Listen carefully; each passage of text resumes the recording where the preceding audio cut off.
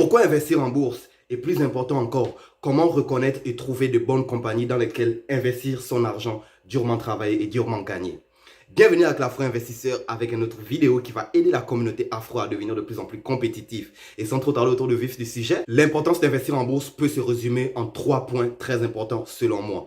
Le premier point, c'est tout simplement parce que ça te rend propriétaire d'une part de la compagnie dans laquelle tu investis. Fait que ton argent que tu as durement gagné après 2 semaines, 1 mois, une fois que tu le mets en bourse, ça te rend propriétaire de cet investissement-là, de cette compagnie-là. Ça veut dire que dans le cas, mettons, de Snapchat comme compagnie ou de Apple comme compagnie, ton investissement de 100 dollars te met dans une position où à chaque fois que Apple va devoir prendre des décisions internes de haut rang, comme par exemple changer de directeur, changer de comptable, des choses du genre, ils vont devoir t'envoyer une lettre pour demander ton avis si tu es d'accord avec ce genre de vote. Ils vont t'envoyer un proxy, qu'on appelle ça dans le domaine de la finance, un proxy qui te donne un droit de vote si tu es d'accord avec le remplacement qu'ils ont. Fait que être propriétaire d'une compagnie, c'est la meilleure chose qui puisse t'arriver avec un petit investissement d'aussi peu que quoi. 25 dollars, parfois 10 dollars, parfois même 5 dollars, tu peux devenir propriétaire. La deuxième raison, c'est parce que cet investissement-là, ce placement que tu as fait, va travailler pour toi. Ton argent va continuer de travailler pour toi, même quand tu vas dormir, même si tu es malade, même si tu es hospitalisé. Cet investissement-là va continuer de travailler, de fructifier sur une période de temps. Ça peut être une période de 1 an, ça peut être une période de 2 ans, de 5, 10 ans. Ça va dépendre de quel genre d'investisseur tu es. On en parlera dans un prochain vidéo exactement, le style d'investisseur que tu peux être, la direction que tu peux prendre dans le domaine de l'investissement. Fait que le deuxième point, c'est ça. Ça te rend dans la position où ton argent travaille tout le temps, tout le temps, tout le temps. Et si c'est une bonne compagnie dans laquelle tu investis, mettons, tu as mis un placement dans la compagnie Apple ou dans la compagnie Tesla, on sait que ce sont des bonnes compagnies, ou encore Amazon, on sait que ce sont des bonnes compagnies. Ton placement là-dedans, sur une période de 1 an, 2 ans, 3, 4 ans, va continuer de s'accroître petit à petit, petit à petit, petit à petit, petit à petit. Et c'est ça le but d'investir, exactement. Tu veux faire travailler ton argent même quand tu dors. En Hong Kong, ils ont un fuseau horaire différent. En Australie, ils ont un fuseau horaire différent. En Europe, ils ont un fuseau horaire différent. Ici, en Amérique, on a un fuseau horaire différent. Fait que quand le marché ici est fermé, ailleurs, il est ouvert. Quand là-bas, c'est fermé, en Asie, il va être ouvert. Fait que ton argent travaille 24 sur 24, il fait le tour du monde. C'est ça l'importance d'investir son argent. Le troisième point, tant qu'à moi, c'est même plus important que les deux premiers. C'est le piège du compte d'épargne. Et oui, le compte d'épargne. Je sais, tu as dû entendre à gauche, à droite l'importance d'avoir un compte d'épargne. Je ne suis pas en train de dire qu'avoir un compte d'épargne, c'est une mauvaise chose. Mais je suis en train de dire, dans le cas où c'est le seul outil vers ta liberté financière que tu détiens, là, ça devient une erreur. Pourquoi? Parce qu'un compte d'épargne, lui, il te fait rentrer de l'argent avec un taux d'intérêt fixe sur une longue période de temps.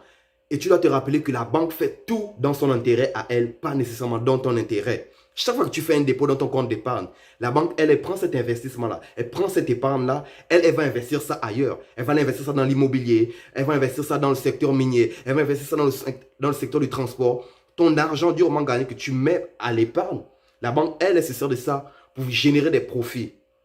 Alors, toi, tu ne sais même pas ça. Mais tu continues d'épargner, d'épargner, d'épargner en espérant qu'à la fin de l'année, avec le taux d'intérêt qu'ils vont te verser, tu vas avoir une plus-value sur ton épargne de départ. Mais la réalité, c'est que c'est faux.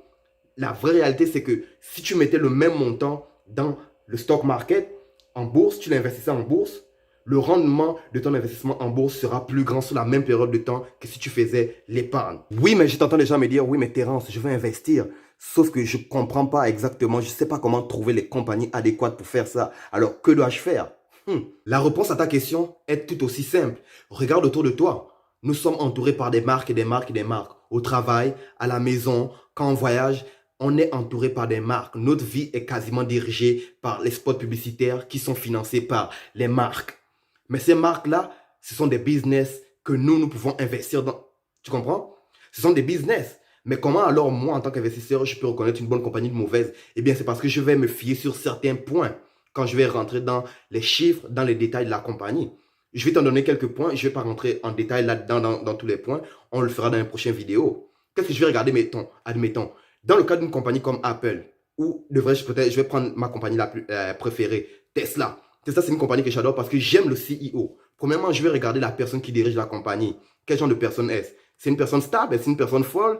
C'est une personne qui a beaucoup d'imaginaire? C'est une personne qui rêve? Ça, c'est un premier critère. Un deuxième critère, je vais regarder l'innovation sur le long terme. Qu'est-ce que la compagnie compte innover? Est-ce que la compagnie compte apporter un nouveau produit? Ou elle va se limiter de ce qu'elle a déjà? Et On l'a vu comme, mettons, avec BlackBerry. Alors que tout le monde faisait le shift vers les téléphones tactiles, BlackBerry a décidé de rester dans son domaine avec l'espèce de briques qu'ils avaient. Et aujourd'hui, BlackBerry est quasiment sur la voie d'extinction, là. Qu'est-ce que je vais regarder encore d'autre? Comment cette compagnie-là gère ses finances?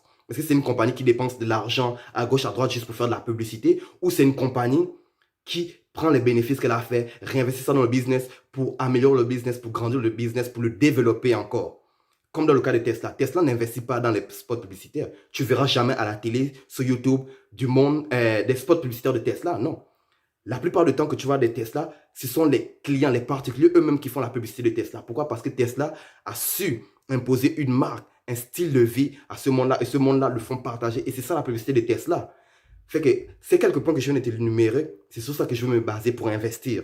Il y a plein d'autres choses qu'il faut prendre aussi en compte. Comme est-ce que ils ont fait des pertes, est-ce qu'ils ont fait des bénéfices, est-ce qu'ils reversent des dividendes. Mais tous ces points-là, comme je l'ai dit un peu plus tôt, on en parlera dans une prochaine vidéo. Waouh, écoute, il y en a tellement plein à dire sur le sujet qu'il faut que j'en garde pour le vidéo prochain et les vidéos d'après. Fait que, hey, abonne-toi à la chaîne, partage, aime, et plus important encore, clique sur la cloche de notification pour être avisé aussi que le prochain vidéo de l'Afro Investisseur va être en ligne où on va parler encore d'autres choses qui vont aider la communauté à devenir de plus en plus compétitive.